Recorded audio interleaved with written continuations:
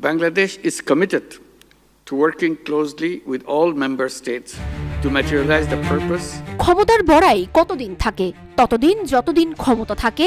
ক্ষমতা চলে যাওয়ার সাথে সাথে সবই মিলিয়ে যাবে, এমনটাই স্বাভাবিক। আর প্রেক্ষাপটটি যদি হয় বাংলাদেশের, তবে তো কথাই নেই। বাংলাদেশের রাজনীতিতে নেতৃত্ব, ক্ষমতা ও আদর্শগত সংঘাতের চিত্র বহু পুরনো। তবে সাম্প্রতিক সময়ে শেখ হাসিনা ও ডক্টর মোহাম্মদ ইউনূসের অবস্থানকে কেন্দ্র করে যে নাটকীয় মোড় তৈরি হয়েছে, তা দেশের ইতিহাসে এক নতুন অধ্যায় হিসেবে বিবেচিত হচ্ছে।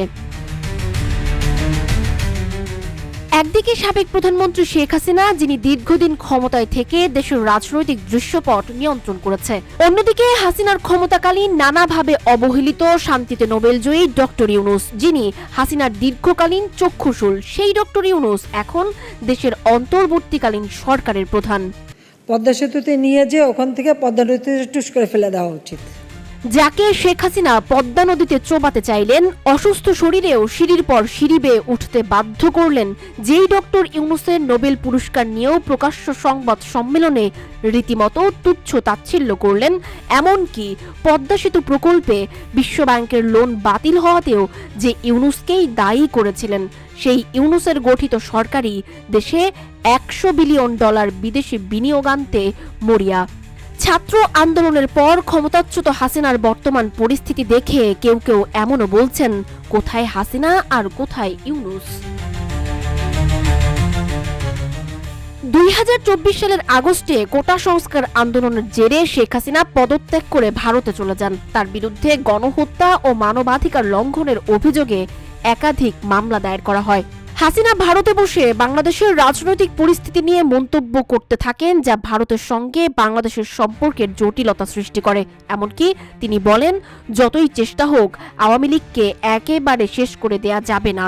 অন্যদিকে হাসিনাকে দেশে ফিরিয়ে এনে তার বিচার করার প্রত্যয় ব্যক্ত করেছেন অন্তর্বর্তী সরকারের প্রধান উপদেষ্টা ডক্টর ইউনূস। এদিকে ডক্টর ইউনূসের সরকারকে সমর্থন দিচ্ছে আন্তর্জাতিক সম্প্রদায়, বিশেষ করে যুক্তরাষ্ট্র, যুক্তরাজ্য, কানাডা, জাপান ও ইউরোপীয় ইউনিয়ন। শুধু তাই নয়, অন্তর্বর্তী সরকারের সাথে বন্ধুত্বপূর্ণ সম্পর্ক গড়ে তুলছে ভারতের চিরশত্রু ক্ষমতাশীল চীনও। অন্যদিকে ভারতীয় এক সাংবাদিক মন্তব্য করেছেন, শেখ হাসিনা এখন ভারতের গলার কাটা হয়ে আছেন। তার বিরুদ্ধে নিজ দেশের গণহত্যার অভিযোগ এসেছে। তাকে দিনের পর দিন যখের ধনের মতো লুকিয়ে রাখা ভারতের জন্য সুবিধাজনক হবে না।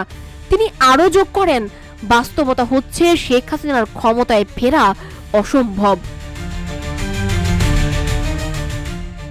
বিশেষজ্ঞরা বলছেন, শেখ হাসিনা নোবেলজয়ী ডক্টর ইউনূসকে যতটা অবহেলা আর হয়রানি করেছেন, তার নিজের পতন হয়েছে এর চেয়েও লজ্জাজনকভাবে।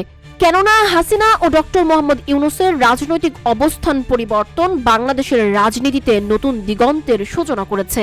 এই পরিবর্তনটি কেবল রাজনৈতিক নয়, বরং জাতীয় ও আন্তর্জাতিক পরিপ্রেক্ষিতেও গভীর প্রভাব ফেলছে। তবে ক্ষমতার রদবদল হতে যে খুব বেশি সময় লাগে না, তার সূক্ষ্ম প্রমাণ আগস্টে আমাদের ছাত্ররাই দিয়েছেন।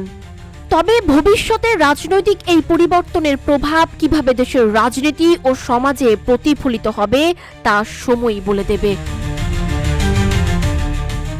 সানজিদা আফরিন সোনিয়া, রূপালী বাংলাদেশ।